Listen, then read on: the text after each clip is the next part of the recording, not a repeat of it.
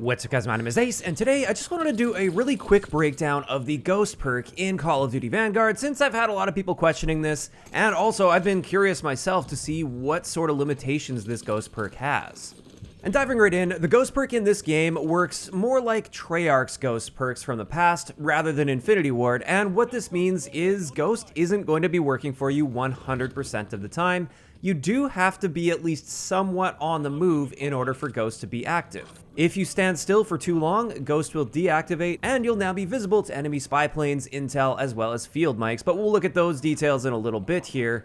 Let's first focus on the threshold to keep this Ghost perk activated, and just how forgiving it is when it comes to your movement. And the first thing to point out here is, how do you know when your Ghost perk is working for you at that given point in time? And this is pretty straightforward. Just have a look at your own arrow on the minimap. It'll be bright yellow when Ghost isn't working, so if you're standing still or if you're not using the Ghost perk at all, this is what your arrow will look like.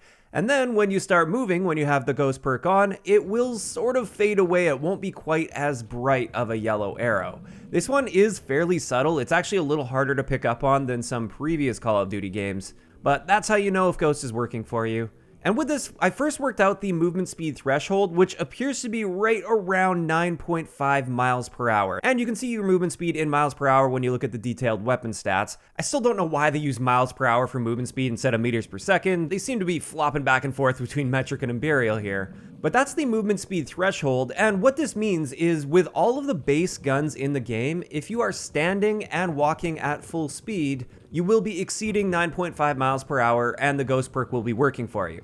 But just keep in mind, if you're using something like LMGs and you stack really heavy on attachments that can harm your movement speed, it can bring you below this threshold. But that's good to know. You don't have to be sprinting for the Ghost perk to be working. You just have to be standing and moving at full speed, or you could be crouching in some cases with double time and still have the movement speed necessary to keep your Ghost perk activated. Now, it is worth noting that the aim down sight strafe speed on most of the guns in the game isn't going to be enough without attachments to stay off the radar, but for many of the guns you can stack attachments that will bring you over that threshold.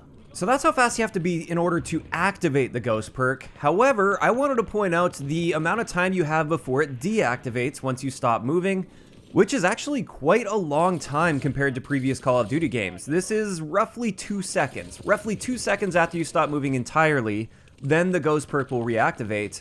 And 2 seconds might not seem like much, but in Call of Duty terms, 2 seconds is a very long time. That's enough time to get a reload in with every one of the SMGs and assault rifles, with the one exception being the M1928 Thompson. And I really like this extra forgiveness compared to previous years, where it was more like 1 second. You only had 1 second of stopping before Ghost would deactivate, which wouldn't allow you to get a reload in without showing up on the enemy radar.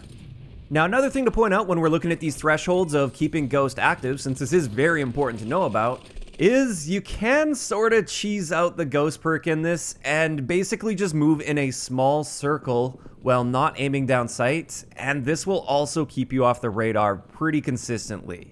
In many of the previous Treyarch games, it seemed like they had a certain distance that you had to move in order for Ghost to stay active, so it prevented you from doing this little circular movement to keep it activated, while essentially still standing in the same spot and camping. So that is pretty interesting to know, and it is something you can take advantage of for yourself. Personally, I don't love this since it does sort of defeat the purpose of having to stay on the move while using Ghost. You can basically camp with this still, but at least you have to be a little bit more active. You can't be sitting entirely stationary and still have Ghost working for you. So there you go, that's sort of the movement thresholds and how the Ghost perk actually works as far as activating or deactivating. One common question is, does this work while planting or defusing bombs? And in the game's current state at least, no, it doesn't protect you while planting or defusing bombs, which I personally disagree with that as well. I think that's another area where Ghost should be working as long as you're performing one of those actions. And now let's move on to exactly what Ghost does now that we know all these thresholds. So the first thing is pretty obvious. When it comes to intel or spy planes, as long as you are on the move and your Ghost perk is activated, you will not be showing up when the enemies get a sweep from a UAV or a ping from their intel kill streak. So no surprises there. However, I did want to talk a little bit about local informants, which is kind of like the Blackbird from the past. And with this, Ghost users will be showing up on your radar, but instead of an arrow so you can see exactly what direction they're looking, they're just going to show up as a standard diamond. So you will be still seeing them in real time. It's not like this is pinging every few seconds. You'll be seeing that diamond in real time, but you just won't be able to see the direction that the player is looking at that moment. Having said this though, there is one benefit to seeing a ghosted user over a non-ghosted user when you're using local informants, and this is the fact that you can see which elevation a ghosted player is on when you have local informants active. As you can see here, there's sort of like a little arrow or hat above the diamond. That's an indicator that lets you know that the enemy is above your elevation, and if that little hat was below, then it would show you that that enemy is below your elevation. And this only works for ghosted players. If the player is not ghosted while you have local informants up, all you'll see are the directional arrows. Those won't have any sort of elevation indicator. So yeah, in some ways, you're actually helping the enemy out if you're using the ghost perk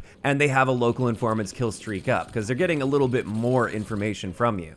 Also, I did want to point out that Ghost is a counter to the Field Mic field upgrade as well. And this will work exactly the same as Intel or a spy plane. As long as you are moving within the radius of that field mic, you won't be showing up for the enemy player. But if you stop and Ghost deactivates, then you will be showing up as if you didn't have Ghost equipped at all. Now, one final thing I wanted to talk about in today's video, since it is a really common question that's been popping up: does Ghost counter the forward intel perk? And the forward intel perk is the perk that will let you know where an enemy is spawning the moment they spawn. You'll get a large diamond on the minimap that will show you that a player has spawned there. And it is interesting with the Ghost perk in this game, the moment you spawn, even without moving at all, Ghost will be activated. So you don't have to start moving to activate Ghost, it will be activated right from the beginning when you spawn in.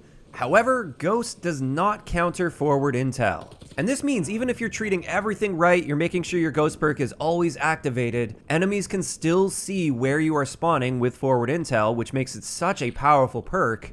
And therefore, they may have a really good indication of where you're coming from, and that can be a bit confusing at times when you think like, hey, I'm ghosted, how could he have possibly known I was coming from that direction?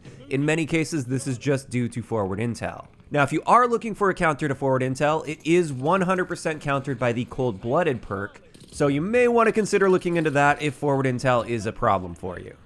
And with that, that's going to wrap it up for today's breakdown on the Ghost perk in Call of Duty Vanguard. It is fairly straightforward, although it is worth mentioning that compared to Cold War, for instance, you do have to be moving a little bit faster than Cold War, but it's more forgiving at the same time. It'll take longer for it to deactivate. And I love the fact that it does give you that time to stop really quickly, get a reload in, or maybe you just want to stop on a piece of cover for 2 seconds just because you think somebody might be coming through.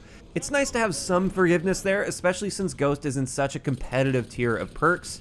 But I also really like the fact that it doesn't work if you are just standing still and camping in a window or camping in a corner. Now, of course, these are just my thoughts on the Ghost perks so far in Call of Duty Vanguard. Of course, I'd like to hear from you guys in the comment section below. What do you think of the current way that they've got the Ghost perk balanced? Do you like the fact that you have to be on the move in order for the Ghost perk to work? And also, I am curious to hear from you guys, what do you think about the fact that Ghost doesn't counter the forward intel perk, and instead, that is countered by cold-blooded? Just let me know all of your thoughts in the comment section down below. If you enjoyed the video, a like rating is always appreciated, and don't forget to subscribe for more if you haven't already. I'll talk to you guys next time.